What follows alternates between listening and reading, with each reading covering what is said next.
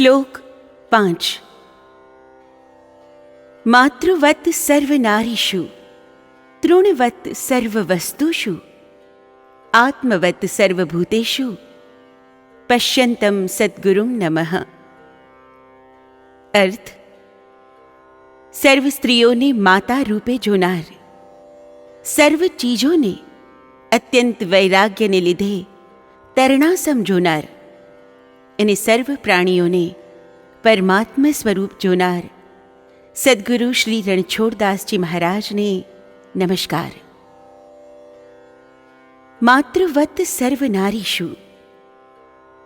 મારાને તમારાએ જન્મ પહેલાં શ્રી ગુરુદેવે પૂજ્ય પતિત પાવનજી મહારાજની આજ્ઞાથી પૂરા ભારત વર્ષનું પગપાળા ભ્રમણ કર્યું છે. તેઓ કહેતા કે જ્યાદા જોગી મઠ ઉજાડ. હંમેશા એકલા જ રહેવું તેઓ પસંદ કરતા. આજનો આ પ્રસંગ નિજમુખે સાંભળેલો છે. શ્રી ગુરુદેવની ઉંમર ત્યારે 22 વર્ષની હતી. યુવા શરીર હતું. તપસ્યા મૂડી હતી. સામાનમાં હાથમાં કમંડળ ને એમાં એક લંગોટ. એ વખતે આખા શરીરે રાખ ચોળતા ને માથે મોટી છટા રાખતા. ભ્રમણ કરતા એકવાર તખતપુર નામના ગામે પહોંચ્યા. સાંજ ઢળી ગઈ હતી. ગામ બહાર ઝાડ નીચે પદ્માસન લગાવ્યું. સામે કોઈ ખલાસીનું ખોરડું હતું. નાવિકની સ્ત્રીએ પરસાળમાંથી ગુરુદેવને જોયા. સાધુ જાણીને એ નજીક આવી ને વિનયથી બોલી, મહારાજ, મારી ઓસરીમાં રાતવાસો કરો. નાવિક બહારગામ ગયા છે તો મને હિંમત રહેશે. ગુરુદેવે ના પાડતા કહ્યું, મેં યહીં ઠીક હું. બાઈએ જમવાનું પૂછ્યું. તેમણે ના પાડી. અડધી રાત્રે વરસાદ પડ્યો. મહા મહિનાની કાતિલ ઠંડી હતી. સુસવાટા મારતા પવન અને વરસાદે ગાત્રો થીજાવી દીધા. ગુરુદેવે એ પ્રસંગને યાદ કરીને પ્રવચનમાં કહ્યું, મેરી તિતિક્ષા કી હવા હો ગઈ. साधुता का घमंड भी पवन उड़ा ले गया. मैं नाविक की ओसरी में गया. वहां कंडे पड़े थे, पर वो भी बारिश के छींटों से भीग गए थे. रस्सी पर माताजी का घाघरा सूख रहा था. ठंड और बारिश के कारण मेरा पूरा शरीर कांप रहा था. घाघरा लेकर मैंने गले में लपेट लिया. मुझे कुछ राहत हुई. मन भी थोड़ा स्वस्थ हुआ. घाघरा बांधकर मैं ध्यान में बैठ गया. मन उसमें लग गया. सवेरे मां के रोने की आवाज सुनकर मेरी आंखें खुल गई. मां रोते रोते बोली, अरे महाराज, તમે આ શું કર્યું? તમે રાત્રે દરવાજો ઠોક્યો હોત તો હું લાકડા પેટાવી દેત. બાજુમાંથી માંગી તાગીને શાલ કે ધાબળોય લાવી આપત. गुरुदेव कहे, मैंने उसे खूब आश्वासन देते हुए कहा कि मां, तू रो मत. हम साधु है. हम कभी टाटांबर कंतान पहननार, कभी वाघांबर वाघनु चामड़ू पहननार, तो कभी घाघांबर. घाघरा पहने तो उसमें क्या फर्क पड़ता है? घाघरो गळामां हतो ज. इस प्रसंग को गौर से समझना. जिस प्रकार धन का, सत्ता का, रूप का, विद्या का या ज्ञान का अहंकार गलत है, उसी प्रकार त्याग का अभिमान भी गलत है. मिथ्याभिमानी की ऐसी ही दुर्दशा होती है. आत्मकथा में अपने दोषों का वर्णन भी होना चाहिए, तब ही चरित्र पूर्ण बनता है, ऐसा मैं मानता हूं. तृणवत सर्व वस्तुषु. આ પ્રસંગ પણ શ્રીમુખે સાંભળ્યો છે. શ્રી ગુરુદેવ સાધનાવસ્થામાં બંગાળમાં વધુ ભ્રમણ કરતા. ત્યાંના લોકો એમને મહાપ્રભુજી તરીકે સંબોધતા. બર્દવાનના રાજા ટેકચંદને ગુરુદેવ પર ખૂબ આસ્થા. રાજા પર એકવાર રજોગુણનું ભૂત સવાર થયું. ચાંદીના રૂપિયા જડાવીને એક સુંદર સિંહાસન એણે ગુરુદેવ માટે બનાવડાવ્યું. લગભગ 1.5 મણ ચાંદી એમાં વાપરી. ગુરુદેવ જ્યારે બર્દવાન ગયા ત્યારે રાજાએ એમને એ સિંહાસન પર બેસાડ્યા ને એમનું પૂજન અર્ચન કર્યું. થોડો સમય રોકાઈને ગુરુદેવ જવા માટે ઉઠ્યા. રાજા મહેલના દરવાજા સુધી એમને વિદાય આપવા ગયા. દરવાજે 4 ઘોડા જોડેલી બગી ઊભી હતી. રાજાએ ગુરુદેવને બગીમાં બેસાડ્યા ને નોકરોને હુકમ કર્યો કે પેલું સિંહાસન લાવીને બગીમાં મૂકી દો. ગુરુદેવે નોકરોને એમ કરતા રોક્યા. રાજાને થયું કે આવી કિંમતી ચીજ આપીને હું ગુરુદેવની કેવી સેવા કરું છું, પણ એની તેઓ કદર નથી કરતા. રાજાના અહંકારને ધક્કો લાગ્યો. એણે તોરમાં કહ્યું, રાખી લો બાબા, આવી મૂલ્યવાન ચીજ આપનારું તમને બીજું કોઈ નહીં મળે. હવે ગુરુદેવનો સાધુ સ્વભાવ ઝળકી ઉઠ્યો.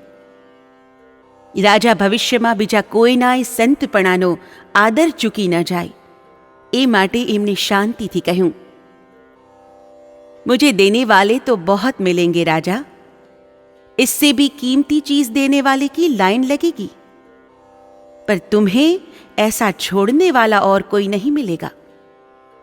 આટલું કહીને બગીમાંથી ઉતરી પેદલ ચાલતા ગુરુદેવ હંમેશ માટે બર્દવાન છોડી ગયા. આ પ્રસંગ કહીને ગુરુદેવે કહ્યું, માલ મસ્ત અભિમાન મેં ખાલ મસ્ત અજ્ઞાન, ખ્યાલ મસ્ત એક રસ બના રહત સદા મતિમાન. માલ માને ધન, પૈસા, ખાલ माने शरीर, चमड़ी, और ख्याल माने मस्ती, फकीरी. माल मस्त नहीं, खाल मस्त भी नहीं, पर ख्याल मस्त बनो तो बड़ा आनंद आएगा. नशा ही करना है तो ख्याल खमीरी का नशा करो, क्योंकि और सारे नशे सवेरा होते ही उतर जाएंगे, लेकिन फकीरी की मस्ती का नशा तो जीवन में जब जागृति आएगी, जीवन में जब सवेरे का प्रकाश आएगा तभी आएगा, और वह नशा फिर हमेशा बना रहेगा. નાનક દેવજીએ પણ આ વાત આમ કહી છે, ગાંજા ભાંગ અફીમ મદ ઉતરી જાત પર ભાત, नाम खुमारी नानका चढ़ी रहे दिन रात. फकीरी यानी सब कुछ छोड़ने को मैं आपसे नहीं कहता हूं. टाट, सूत, रेशम, नायलॉन जो भी मिले सो पहनो, साधन का उपयोग बराबर करो. प्रभु ने साधन संपन्नता दी है तो उसका उपयोग बराबर करो, लेकिन वस्तु के अभाव में दुख, चित्त में ग्लानि या हताशा नहीं आनी चाहिए. रेशम मिले तो खूब अच्छी तरह से पहनो, उसमें 7 प्रकार के कट भी करवाओ. तुम सब संसार में रहते हो, परंतु वस्तु के अभाव में प्रपंच न करो, दंभ या दिखावा न करो. कथा भागवत यही सिखाते हैं. अंतरात्मा की जागरूकता से जीवन में विवेक आता है. हाथथी जे छूटे एनु नाम त्याग, ने हृदयथी जे छूटी जाए एनु नाम वैराग.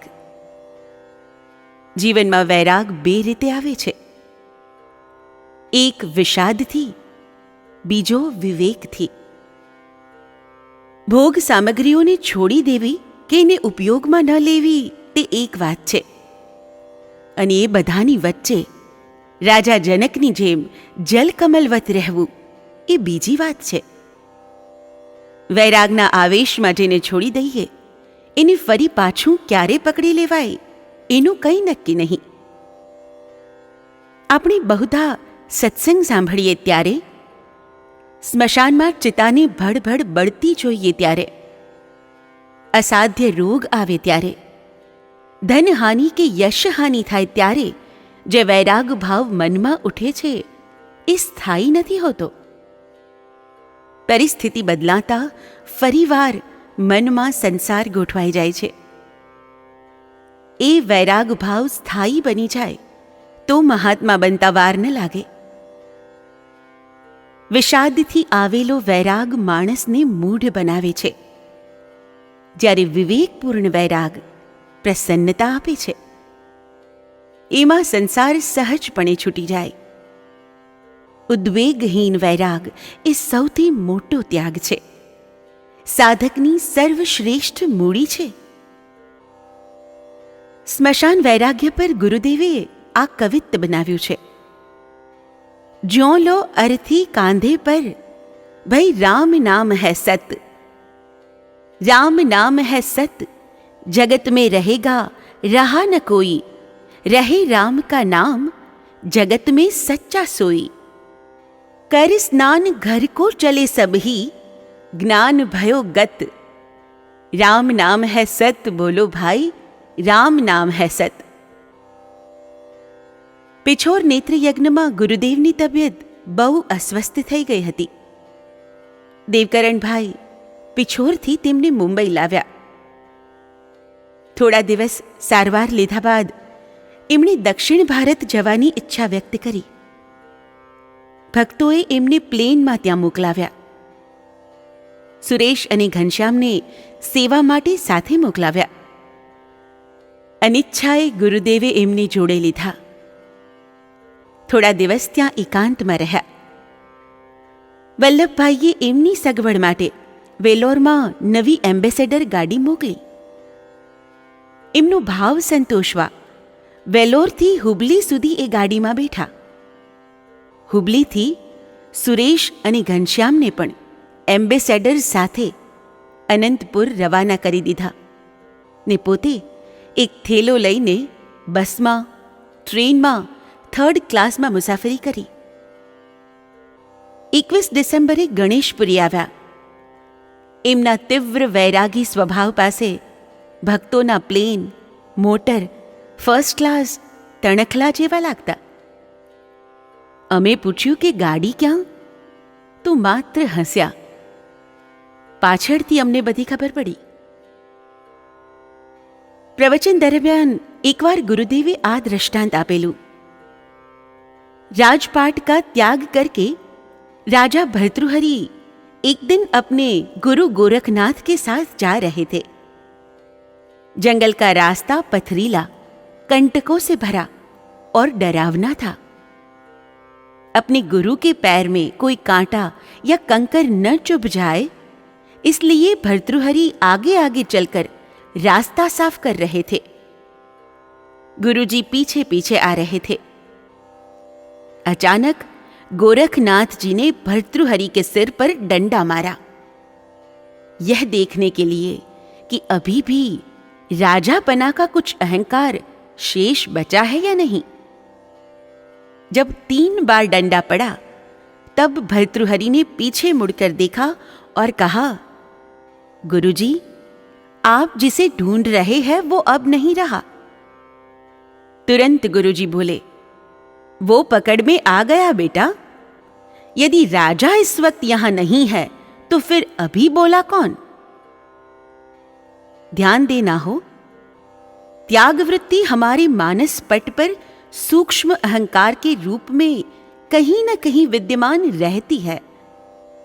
मैं एक राजा था, मैंने राजपाट का भी त्याग कर दिया. मैं अमुक था और मैंने वह सब छोड़ दिया. यह वृत्ति बड़ी खतरनाक है. त्याग के अभिमान का भी जब त्याग हो जाए, तब सच्चे अर्थ में परम वैराग्य जीवन में निखरता है. आत्मवत सर्वभूतेषु पश्यन्तम. મેં પહેલા પણ કહ્યું છે તેમ શ્રી ગુરુદેવને એકાંત બહુ પસંદ હતું. સાધનાવસ્થા હતી ત્યારે કોઈને મળતા નહીં, કોઈ સાથે વાત પણ ન કરતા. પૂજ્ય પતિત પાવનજીએ એક દિવસ એમને કહ્યું, દરેક માનવીને પોતાના સમજો. દરેક સાથે આત્મીયતાની લાગણી રાખો. તમે ક્યારેય એકલા નહીં રહી શકો. શ્રી ગુરુદેવને તદ્દન એકલા મેં બહુ ઓછી વાર જોયા છે. જનસંપર્કથી દૂર રહેવા એકવાર રાજસ્થાનના સાંગોદ ગામના સ્મશાનમાં જઈને એકલા અજ્ઞાતવાસમાં રહ્યા હતા. તો ત્યાં પણ ગામવાસીઓ આવવા માંડેલા. થોડા દિવસ પછી સાંગોદ છોડ્યું ત્યારે એમને વિદાય આપવા આખું ગામ ઉમટી પડેલું. ઘણીવાર તેઓ હસતા कि तुम सबको छोड़कर जंगल में चला जाता हूं तो वहां पर कुत्ता आकर पैर के पास बैठ जाता है. उसमें भी आत्मा तो एक ही है ना. फिर किससे बचना, कैसे बचकर रहना. एकांत मानो स्वप्न जैसा बन गया है. साधनावस्था दरमियान एक बार श्री गुरुदेव माइलकोटा नामना गामडाમાં પહોંચ્યા. ગામમાં પ્લેગનો રોગચાળો ફેલાયો હતો. લોકો ટપોટપ મરતા હતા. ગામ છોડી જવાને બદલે તેઓ ત્યાં જ રોકાઈ ગયા. લોકોએ સાધુ જાણીને આદર આપ્યો. થોડીવાર પછી એક માણસ દોડતો આવ્યો. રડતા રડતા બોલ્યો, મહારાજ, ઘરમાં મરણ થઈ ગયું છે. મારા ભાઈને કોઈ કાંધ આપવા તૈયાર નથી. તરત ગુરુદેવ ઊભા થઈ ગયા. ગામમાં ચારે તરફ ભયનું વાતાવરણ હતું. તેમણે શબને ખભે નાખ્યું ને સ્મશાને પહોંચ્યા. અગ્નિ સંસ્કાર કરી પાછા ફરતા હતા ત્યાં બીજા મરણના સમાચાર સંભળાયા. ત્રીજું, ચોથું, પાંચમું. મરણ આંકની કોઈ સીમા નહોતી. લાગ લગાડ 3 દિવસ ને 3 રાત સુધી ભૂખ્યા તરસ્યા ઊંઘ સ્નાન છોડીને ગુરુદેવે શબને સ્મશાન પહોંચાડ્યા. પ્લેગની એ મહામારીએ એટલા બધા ગામ લોકોનો ભોગ લીધો કે અગ્નિદાહ માટે લાકડા ખૂટી પડ્યા. ગુરુદેવે સ્મશાનમાં એક ઉપર બીજાને એમ કુલ 22 મડદાને ગોઠવ્યા. ચારે બાજુ લાકડા મૂક્યા ને સૌનો એક સાથે અગ્નિ સંસ્કાર કરી નાખ્યો. જ્યારે સગા કે કહેવાતા સ્વજનો મૃત્યુના ભયથી પોતાના પ્રિયજન પાસે નહોતા જતા, એવા કપરા કાળમાં ગુરુદેવે માનવતાને છોડી નહીં. આત્મીયતાની લાગણી એમના હૃદયને એટલી સ્પર્શી ગઈ હતી કે એ દરેક મૃત માનવીને પોતાનું સ્વજન માનીને તેમણે એકલે હાથે એમના સંસ્કાર કર્યા હતા ને વસુધૈવ કુટુંબકમની ભાવના ચરિતાર્થ કરી હતી. ભંડારામાં સૌને જમતા જોઈને કે પીરસતી વખતે પણ તેઓ આવી પોતાપણાની લાગણી અનુભવતા. તેઓ કહેતા कि इन लोगों को खाते देखकर तृप्ति का अनुभव मुझे होता है. ऐसा लगता है कि मैं ही भोजन कर रहा हूं. सद्गुरुम नमः. પૂજ્ય પતિત પાવનજી મહારાજ સાથે શ્રી ગુરુદેવ કાશ્મીરમાં આવેલી રસાયણી ગુફામાં રહેતા. સિતારનો એમને બહુ શોખ હતો. હાર્મોનિયમ અને તબલા પણ સરસ વગાડતા. સંગીતનું પૂરું જ્ઞાન હતું. રસોઈ એટલી સ્વાદિષ્ટ બનાવતા કે આંગળા ચાટતા રહી જવાય. કાશ્મીરમાં એકવાર રાત્રે રૂમ બંધ કરીને ગુરુદેવે સિતાર હાથમાં લીધી. સિતાર વગાડવામાં તેઓ તન્મય બની ગયા. મહારાજશ્રીનું તેડું આવ્યું. દરવાજે ટકોરા પડ્યા એ ન સંભળાયા. સવારે એમણે દરવાજો ખોલ્યો ત્યારે બીજા સાધુએ કહ્યું કે હું રાત્રે 3 વાર તમને બોલાવવા આવ્યો હતો, પણ તમે દરવાજો ન ખોલ્યો. ગુરુદેવને બહુ જ પસ્તાવો થયો. એમને થયું કે સ્વરનું અનુસંધાન તો ઈશ્વરની નજીક પહોંચાડનારું હોવું જોઈએ. આવા તાન પલટા ને રાગ રાગીની શું કામના કે જેમાં ગુરુ આજ્ઞા જ ન સંભળાય. એ દિવસથી એમણે સંગીતની ઉપાસના છોડી દીધી. ગાતા પણ બહુ સરસ, પરંતુ જંગલી જડીબુટ્ટી ખાઈને અવાજ પણ ઘોઘરો કરી નાખ્યો. છતાં આરતી અંજની નંદન કી, હે પ્રભુ અસ મન કર દો જેવા સ્વરચિત પદો ગાતા મેં એમને સાંભળ્યા છે. ચિત્રકૂટમાં રામનવમી મહોત્સવ દરમિયાન શ્રી રામ જય જય રામની અખંડ ધૂન ચાલુ હોય ત્યારે અડધી રાત્રે પોતાની ગુફામાંથી બહાર આવીને હાર્મોનિયમ પર ધૂન બજાવતા કે તબલા વગાડતા મેં એમને જોયા છે. આસપાસ 4-5 સાધુઓ મંજીરા ખંજરી લઈને સાથ પુરાવતા હોય ને તલ્લીન બનીને ગુરુદેવ ધૂન વગાડતા હોય, એ અદ્ભુત દ્રશ્ય યાદ કરતા આજે પણ મારા રૂંવાડા ઊભા થઈ જાય છે. એકવાર ચિત્રકૂટમાં માનસજીની કથામાં મેં આ પ્રસંગ સાંભળ્યો હતો. માનસજી એ આચરણમાં મૂકવાનો ગ્રંથ છે. એને ધ્યાનપૂર્વક વાંચો. આપણે ગુરુજી સાથે કઈ રીતે વર્તવું જોઈએ એ પણ માનસજી આપણને શીખવે છે. આ પ્રસંગ જુઓ. એક બાર ભૂપતિ મન માહી, ભઈ ગલાની મોરે સુત નાહી, ગુરુ ગૃહ ગયઉં તુરત મહીપાલા, ચરણ લાગી કરી વિનય વિશાલા. કથા તમે બધા જાણો છો. ગુરુ વશિષ્ઠ રાજાને 4 પુત્રોનું વરદાન આપે છે. જ્યારે રાજા પોતે સામે ચાલીને ગુરુદ્વારે જાય છે ને ગુરુની બધી રીતે આમન્યા જાળવે છે, ત્યારે જીવનમાં સાક્ષાત રામ આવે છે. ગુરુ પાસે જઈને દશરથજી શું કરે છે? નિજ દુઃખ સુખ સબ ગુરુ હી સુનાયું, કહી વશિષ્ઠ બહુ વિધિ સમુજાયું. આપણે બહુધા શું કરીએ છીએ? જ્યારે દુઃખ, આપત્તિ કે કષ્ટ આવે ત્યારે ગુરુદેવ પાસે જઈએ છીએ. એમની પાસે રોદણા રડીએ છીએ. પણ જીવનમાં સુખ છલકાય ત્યારે ઘણીવાર વિવેક ચૂકી જઈએ છીએ.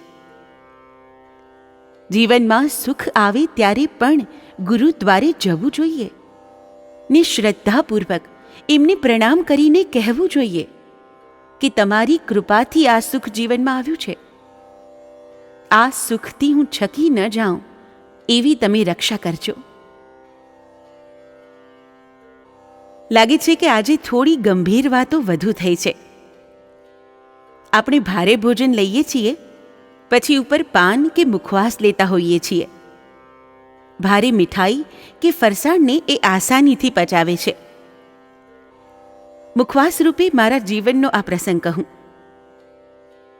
ગુનામાં બીજી વાર નેત્રયજ્ઞ થયો ત્યારે એક દિવસ બપોરે પાર્વતી બહેને દૂધીના બાફેલા મુઠિયા બનાવ્યા.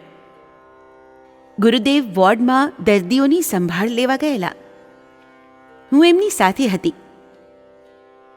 પાછા ફર્યા બાદ તેઓ રૂમમાં સ્વયંસેવકો સાથે કેમ્પની વ્યવસ્થાની ચર્ચા કરવા બેઠા. હું રસોડામાં ગઈ. મેં મુઠિયા જોયા. મુઠિયા બાફેલા હતા. મરચાં, લીંબુ, તેલ કે અન્ય કોઈ મસાલા એમાં નહોતા પડ્યા. આમ છતાં મને એ સ્પેશિયલ ડિશ જેવા લાગ્યા. બાફેલા શાકભાજી ને મગની દાળ ખાઈને હું કંટાળી ગઈ હતી. મુઠિયાએ મારા મનમાં પહેલાં ખુશીના ને પછી મૂંઝવણના ભાવ ઊભા કર્યા. મારે તે દિવસે ગુરુવારનો ઉપવાસ હતો. હું પાર્વતી બહેન પર નારાજ થઈ ગઈ. મેં એમને કહ્યું કે તમે ઉપવાસને દિવસે બનાવ્યા જ કેમ? પછી મેં જ એનો ઉપાય શોધી કાઢ્યો. પાર્વતી બહેન પાસે તર્ક રજૂ કરતા કહ્યું, પ્રસાદને અન્ન ન સમજવું એમ શાસ્ત્રો કહે છે ને. અન્ન માનીએ તો અપરાધ થયો કહેવાય. ગુરુદેવ જમવા આવશે ત્યારે આખી પ્લેટ ભરીને મુઠિયા પીરસી દઈશ. આપણું મન રાખવા તેઓ 1-2 માંડ લેશે. બીજા બધા પ્રસાદ રૂપે હું લઈ લઈશ. મુઠિયા પણ ખવાશે ને ઉપવાસ પણ નહીં તૂટે. ગુરુદેવ જમવા આવ્યા. મેં દાળ શાક પીરસ્યા. પાર્વતી બહેને રોટલી માંડી. હું મુઠિયાના તપેલાનું ઢાંકણું ખોલું એ પહેલાં જ તેઓ બોલ્યા, બસ અબ ઓર કુછ નહીં ચાહીએ. પાર્વતી બહેને આંખોમાં શરારત ભરીને મારી સામે જોયું. હું નીચું જોઈ ગઈ. ગુરુદેવે પૂછ્યું, ક્યા બાત હૈ પારો? એમણે બધી કથા કહી. પાર્વતી બહેનના હાસ્યમાં ગુરુદેવ પણ જોડાયા. પછી મને કહે કે मैंने इसीलिए मना किया था. देखो दमू, या तो व्रत करना नहीं, और व्रत करो तो फिर खाने में मन नहीं डालना. खाने में मन जाने से व्रत फिर व्रत नहीं रहता, और अन्न के स्वाद में यदि मन गया तो फिर प्रसाद भी प्रसाद नहीं रहता. अच्छा, ला अब परोस दे. मैं ना पाड़ी. છતાં એમણે પ્લેટ ભરીને મુઠિયા પીરસાવ્યા. એમાંથી એકાદ બે લીધા. પછી પ્લેટ મારા હાથમાં આપતા કહ્યું, લે, યહ તેરા પ્રસાદ. મને મારી ભૂલ બરાબર સમજાઈ ગઈ હતી. મેં પ્લેટ નીચે મૂકી દીધી. છતાં એમણે આગ્રહ કરીને તે દિવસે મને મુઠિયા ખવડાવ્યા. એ પ્રસાદ કૃપા પ્રસાદ બની ગયો. મેં પહેલાં કહ્યું છે તેમ આહાર શુદ્ધિ બાબત ગુરુદેવ બહુ કડક હતા. જ્યાં ત્યાં ખાવું, જેના તેના હાથનું ખાવું, જે તે ખાવું, એ બાબત એમને જરા પણ પસંદ નહોતી. નિયમો ન પાડીએ તો અન્ન દોષની સાથે વિચાર દોષ પણ આવે. મને શ્રીનાથ દ્વારાનો આ પ્રસંગ યાદ આવે છે. વર્ષો પહેલાં ગુરુદેવ સાથે થોડા દિવસ શ્રીનાથજીમાં રહેવાનો લાભ મળ્યો હતો. સાથે બીજા પણ થોડા ભક્તો હતા. એક દિવસ બપોરે ઘાસીરામજીએ ધર્મશાળામાં આલુ પરોઠા બનાવ્યા ને બધા ભક્તોને ખવડાવ્યા.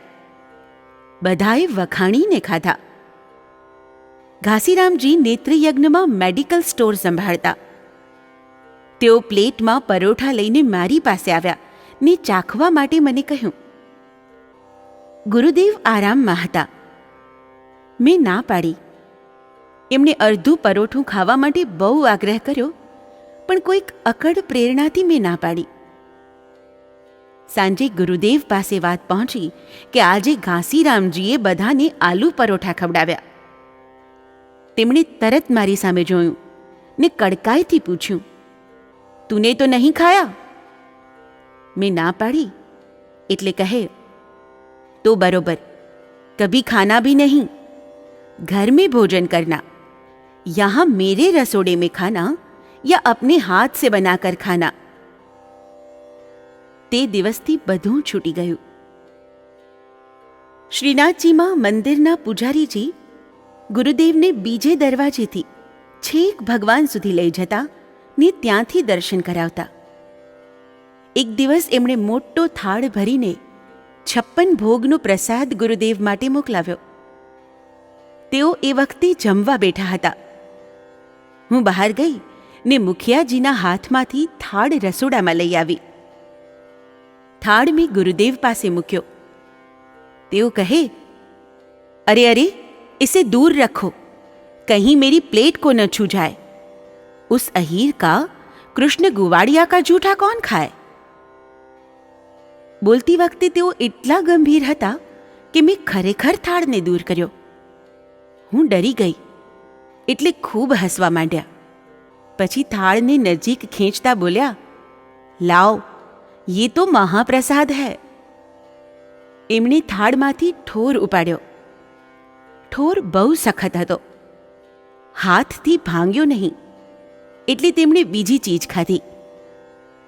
સાંજે બધા ભક્તોને કહ્યું कि सब लोग कल दोपहर को स्नान करके आना. हम यहाँ हॉल में ठाकुर जी के लिए ठोर बनाएंगे. અત્યંત પવિત્રતા અને ચોખ્ખાઈથી એમની દેખરેખ ને માર્ગદર્શન હેઠળ સૌએ ઠોર બનાવ્યા. સાંજે સ્નાન કરીને પોતે પૂજામાં બેઠા. શ્રીનાથજીને ત્યાં ધર્મશાળામાં જ આવવા વિનવ્યા. પોતાની પૂજામાં ઠોર ધરાવ્યો ને રાત્રે બધાને એ નરમ મુલાયમ તાજા ઠોરનો પ્રસાદ ખવડાવ્યો. આ પ્રસંગ હૈદરાબાદનો છે.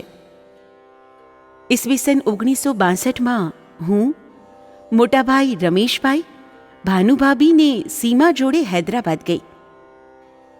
ગુરુદેવનો ઉતારો જયાબેનને ત્યાં હતો. મને ત્યાં મૂકીને એ લોકો ભાભીને પિયરે ગયા. સાંજે 5 વાગ્યે ગુરુદેવ આરામ કરવા રૂમમાં ગયા.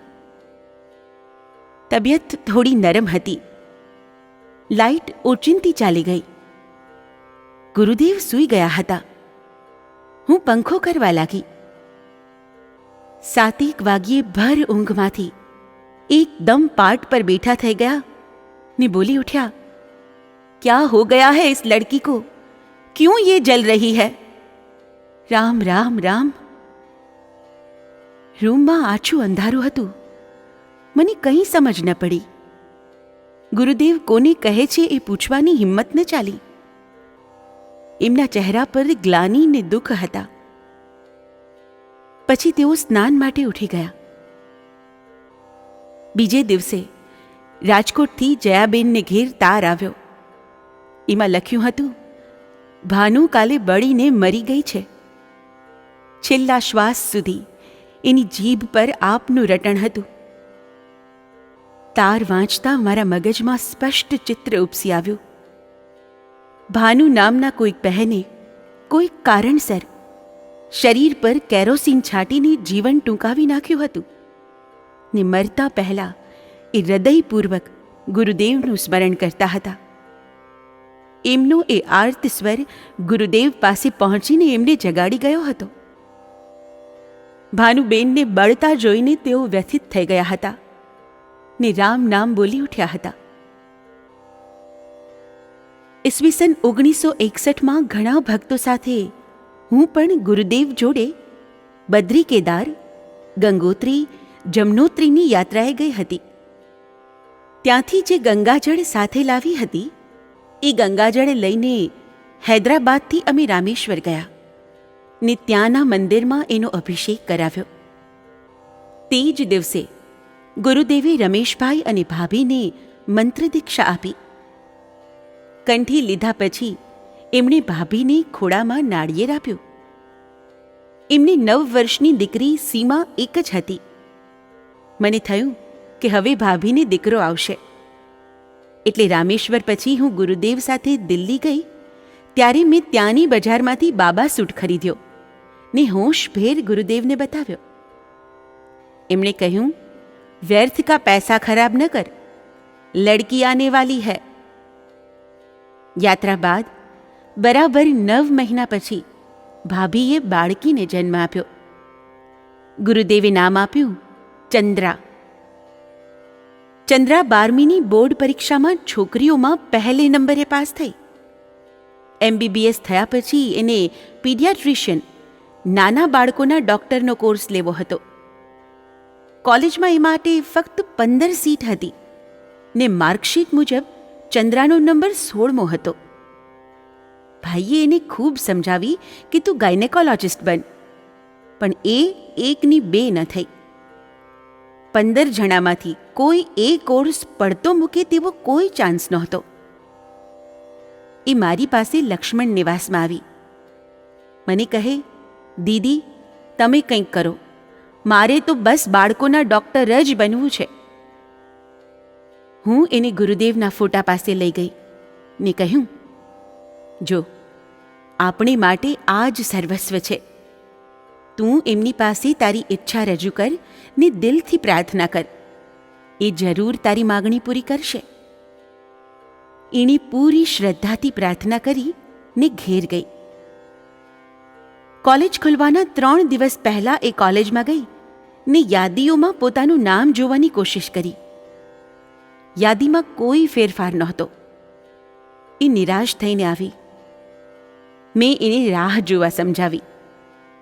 બીજે દિવસે સાંજે એની ખાસ બહેનપણીનો ફોન આવ્યો. એણે ચંદ્રાને કહ્યું કે મારી આજે સગાઈ થઈ. છોકરો સર્જન છે ને એ મને એનેસ્થેટિક બનવા કહે છે, જેથી ઓપરેશન કરે ત્યારે હું ક્લોરોફોર્મ આપવા પેશન્ટ પાસે હોઉં તો અમે સાથે કામ કરી શકીએ. હું હવે પીડિયાટ્રિશિયનનો કોર્સ નહીં કરું. ચંદ્રાના મનમાં આશા બંધાઈ. બીજે દિવસે ઉઘડતી કોલેજે એ સીધી નોટિસ બોર્ડ પાસે પહોંચી ગઈ. યાદીમાં 15મું નામ હતું ચંદ્રા સેજપાલ. હાથમાં પેંડા લઈને એ ખુશ થતી ગુરુદેવના દર્શન કરવા આવી.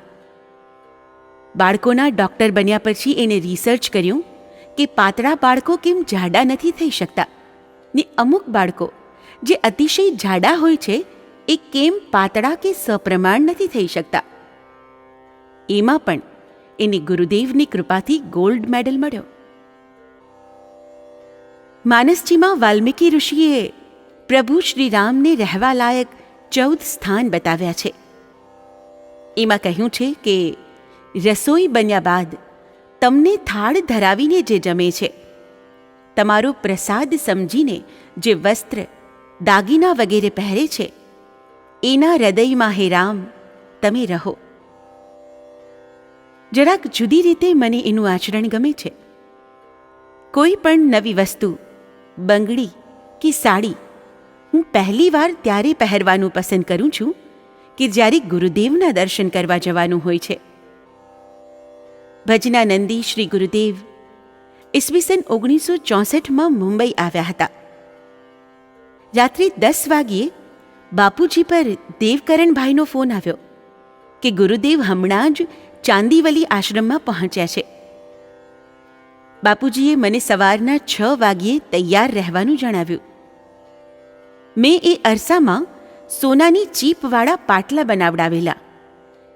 સોની પાસેથી તૈયાર થઈને આવ્યા ત્યારે વિચાર્યું હતું કે ગુરુદેવના દર્શન થશે ત્યારે પહેરીશ. સવારે તૈયાર થયા બાદ મેં પાટલા લેવા કબાટ ખોલ્યો, પણ કબાટમાં ક્યાંય ન જડ્યા. મારે બહારગામ હંમેશા ઓચિંતા જ જવાનું થતું. ગુરુદેવનો તાર કે ફોન આવે એટલે પહેલી ટ્રેનમાં નીકળવાનું થતું. તેથી એક સૂટકેસ હું હંમેશા તૈયાર જ રાખતી. એ ખોલીને એમાં પણ શોધ્યા, એમાંથી ન નીકળ્યા. બાપુજી ઉતાવળ કરતા હતા, કહે કે જલ્દી ચાલ નહીતર હું જાઉં છું. મેં મનોમન પ્રાર્થના કરી, હે ગુરુદેવ, પાટલા પહેર્યા સિવાય તમારી પાસે આવવું નથી ને આ પાટલા ક્યાંય જડતા નથી. હવે ક્યાં શોધું? બીજી મિનિટે મગજમાં ઝબકારો થયો કે સાડીઓની પાછળ મેં બોક્સ મૂક્યું છે. મનોમન ગુરુદેવનું ચિંતન કરતા મેં હોંશભેર પાટલા પહેરી લીધા. હરિભાઈ ગુરુદેવને અવારનવાર કહેતા કે તમારું રિસીવિંગ સેન્ટર બહુ પાવરફુલ છે. ચાંદીવલીમાં દર્શન કરીને હું ઊભી થતી હતી ત્યારે મારા હાથ પર નજર નાખીને ગુરુદેવે હસતા હસતા કહ્યું, ક્યોં, સવેરે સવેરે તેરે યે કંગન નહીં મિલ રહે થે ક્યા? મારી મૂંઝવણ તત્કાળ એમના સુધી પહોંચી ગઈ હતી એનું પ્રમાણ મળી ગયું. એક પત્રમાં ગુરુદેવે મને લખ્યું છે, સ્મરણ રહે તુમ્હારી હરેક ક્રિયા પર મેરી નિગાહ બરાબર રહેતી હૈ. ચાંદીવલીમાં એની પણ પુષ્ટિ મળી. સત્સંગના પહેલા દિવસે સાધના પદ્ધતિની આપણે વાત કરી હતી. રુચિ હોય એ મુજબ રામનામ, ધ્યાન, માનસ પાઠ, પૂજન, અર્ચન, સેવા વગેરે કરીએ તો એ પણ ભક્તિ જ છે એમ ગુરુદેવ કહેતા તેવું મેં કહ્યું હતું. ગઈકાલે નવી યંગ જનરેશનના એક પ્રતિનિધિ કુણાલભાઈએ મને કહ્યું કે માનસજીની નવધા ભક્તિ મને નથી સમજાતી. તમે કાલે એ માટે કંઈક સમજાવજો. મેં કહ્યું છે તેમ હું કોઈ કથાકાર કે વક્તા નથી, છતાં એમણે જિજ્ઞાસા કરી છે તો થોડું કહેવાની કોશિશ કરીશ. કથાકારો જે વિષય પર 9 દિવસ સુધી કથા કરે એ મારે થોડી મિનિટમાં કહેવાનું છે. સીતાજીની શોધ કરતા પ્રભુ શ્રીરામ શબરીમાના આશ્રમમાં આવે છે. ભાવ વિભોર થયેલા શબરીજી પોતાની અપાત્રતા બતાવતા કહે છે, અધમ તે અધમ અધમ અતિ નારી, તીન્હ મહ મેં મતિ મંદ અઘારી. પ્રભુ શ્રીરામ એમને સમજાવતા પોતાનો સ્વભાવ બતાવતા કહે છે, માનવ એક ભક્તિ કરનાતા. લોકો જાત, પંક્તિ, કુળ, ધર્મ, મોટાઈ, ધન, બળ, પરિજન, ગુણો અને ચતુરાઈમાં તો પારંગત હોય, પણ જો ભક્તિથી રહિત હોય તો તેઓ જળ વગરના વાદળ જેવા લાગે. ત્યાર પછી ભગવાન એમને નવધા ભક્તિ આ રીતે કહે છે. પેલી, પ્રથમ ભક્તિ સંતન કર સંગા. સંત પુરુષનો સંગ મળે એ પ્રથમ ભક્તિ છે. સંગ કરવો એટલે સંત પુરુષ જોડે ફોટા પડાવવા કે એની આજુબાજુ આંટા મારવા એવો એનો અર્થ નથી. गुरुदेव कहता कि सत्संग न मिले तो कुसंग से दूर रहना भी सत्संग के बराबर है. આપણામાં કહેવત છે કે ધોળા સાથે કાળો રહે તો વાન ન આવે તો કંઈ નહીં, પણ સાન જરૂર આવે. એમ સંતોના સંગમાં રહેવાથી, મનથી એમની સાથે જોડાયેલા રહેવાથી સાધનામાં આપણી ગતિ થાય છે. ગોસ્વામીજી કહે છે, સંત વિશુદ્ધ મિલહી પરિતેહી રામ સુકૃપા અવલોકહી જેહી. બીજી, દૂસરી રતિ મમ કથા પ્રસંગા. આપણે કથા મંડપમાં જઈએ કે અહીં મંદિરમાં આવીએ ત્યારે કથામાં આપણું શરીર બેઠું હોય પણ મન મુંબઈમાં હોય તો એ રતિ ન કહેવાય. શ્રદ્ધા, રતિ અને ભક્તિ આ ક્રમ છે. કથામાં ભગવદ્ ગુણાનુવાદ સાંભળીએ ત્યારે ગુણગાન અને પ્રભુનું ઐશ્વર્ય આપણામાં શ્રદ્ધા જગાડે છે. શ્રદ્ધા ધીરે ધીરે રતિમાં પરિવર્તિત થાય છે. જેના વિના ક્યાંય ન ગમે એને રતિ કહેવાય છે. કથા ખૂબ રુચિપૂર્વક, પ્રેમપૂર્વક સાંભળવી, નહીતર ગુરુદેવ કહેતા એમ सत्संग भी एक लत हो जाती है. चलो भाई, सिनेमा में नहीं गए और कथा में चले आए. सत्संग, बत्संग और लत्संग यह अक्सर होता है. सत्संग के नाम पर बातें ही होती रहे और फिर वह लत माने आदत सी बन न जाए, सो सावधानी जरूरी है. रतिनी पराकाष्ठा एटले भक्ति. ત્રીજી, ગુરુપદ પંકજ સેવા તીસરી ભક્તિ અમાન. દરેક ભક્તિ સાથે એ કઈ રીતે કરવી એનું માર્ગદર્શન છે. હું પણ છોડીને, માન છોડીને ગુરુદેવની ચરણ સેવા કરવી એ ત્રીજા પ્રકારની ભક્તિ છે. અહંકાર છોડ્યા વિના આપણે કોઈને માથું પણ નથી નમાવી શકતા. ચરણ સ્પર્શ એ ત્યાર પછીની સ્થિતિ ને પગ દબાવવા એ પરાકાષ્ઠાનું અમાનિત્વ છે. પગ દબાવવા એટલે નાનામાં નાની અથવા તુચ્છ કહી શકાય તેવી સેવા. પોતાની ડિગ્રી, પદ, પૈસા, રૂપ કે કુટુંબનું અભિમાન છોડીને ગુરુદેવની કે આશ્રમની સેવા કરવી. અહમ ન છોડી શકાય તો એ સેવા ફક્ત દેખાડો કે દંભ બની જાય. ચોથી ભક્તિ મમ ગુણગન કરહી કપટ તજીગાન. પ્રભુના ગુણાનુવાદ કપટ છોડીને ગાવા. પહેલા આચરણમાં ઉતારીને પછી જ વ્યાસ ગાદી પરથી કંઈ પણ બોલે તો એ વક્તાની ચોથા પ્રકારની ભક્તિ છે. ફક્ત માન બડાઈ મેળવવા, સમાજ પાસેથી વાહવાહ મેળવવા, યજમાન પાસેથી મોટો દલ્લો મેળવવા જ પ્રભુની કથાનું ગાન થાય તો એને ભગવાન ભક્તિ નહીં પણ કપટ કહે છે. પાંચમી, મંત્ર જાપ મમ દ્રઢ વિશ્વાસા પંચમ ભજન સો વેદ પ્રકાશા. પોતાના જે ઈષ્ટદેવ હોય એના નામનો મંત્ર જાપ દ્રઢ ભરોસાથી કરવો એ પાંચમા પ્રકારની ભક્તિ છે.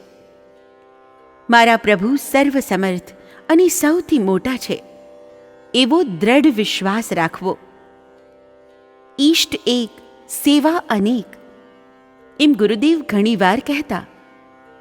ચંદ્રમા જેમ એક હોય, સ્ત્રીને પતિ જેમ એક હોય, તેમ ઈષ્ટદેવ કે ગુરુ પણ એક જ રાખવા ને સર્વત્ર સર્વમાં પોતાના ઈષ્ટને જ જોવા ને એમને સર્વોપરી સર્વશક્તિમાન માનીને એમનો જપ કરવો.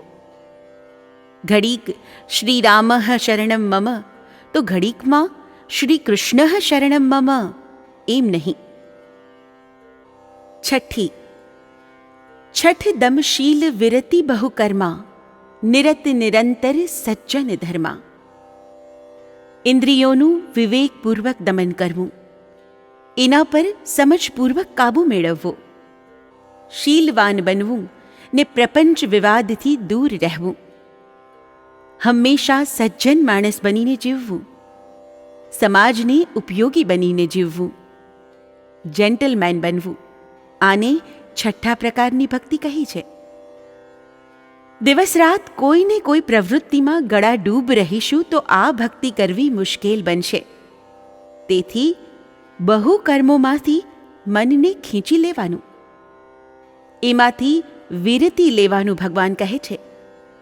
જેમાં બહુ નાણાં ને બહુ માણસોની જરૂર પડે એવા કાર્યોથી સાધકે દૂર રહેવું.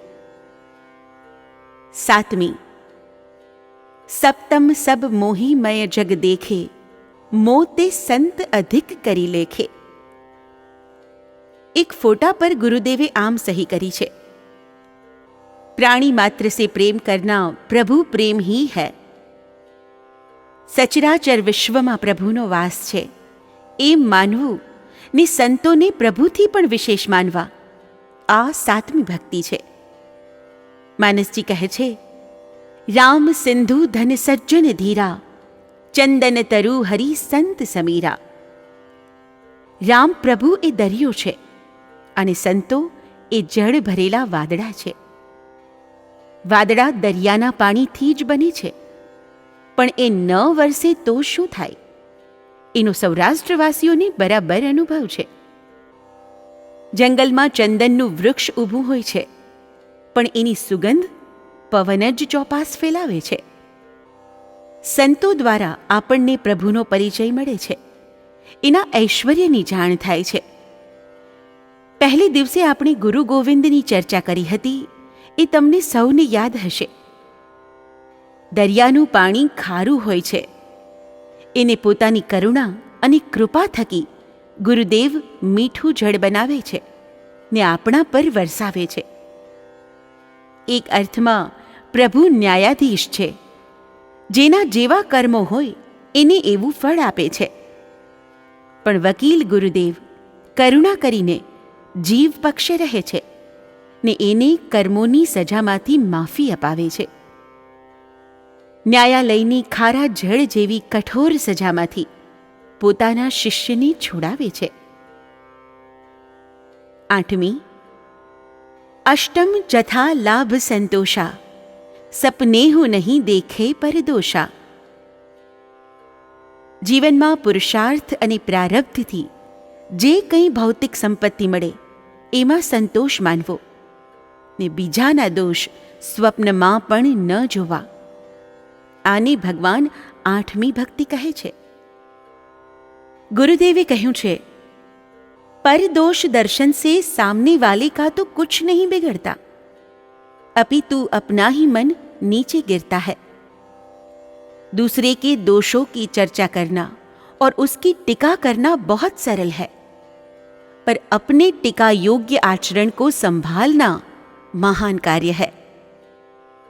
ગાંધીજીએ એકવાર કહ્યું હતું, માણસ પોતાના મોટા અવગુણને પહાડ પર ચડીને જુએ છે ને બીજાના રાઈ જેવડા દોષને સૂક્ષ્મદર્શક યંત્રથી જુએ છે ને લોકોને પણ એ રીતે બતાવે છે.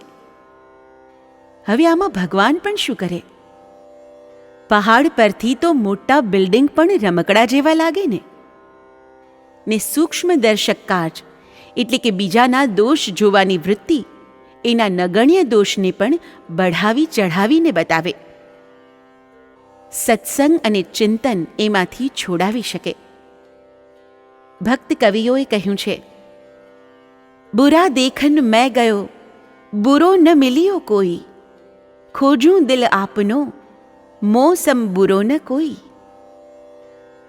नवमी। नवम सरल सब सन छल हीना, मम भरोस हिय हर्षन दीना।